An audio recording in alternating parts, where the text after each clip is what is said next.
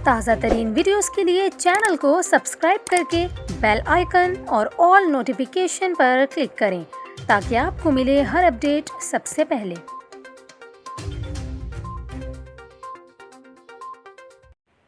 और अभी आपको बताएं, रावलपिंडी में पाकिस्तान तहरीक इंसाफ का एहतजाज पीर वधाई मोड़ पर आज तीसरे रोज़ भी जारी है। पिशावर रोड से IJP रोड की जानिब रास्ता ताहाल मुकम्मल तौर पर बंद है।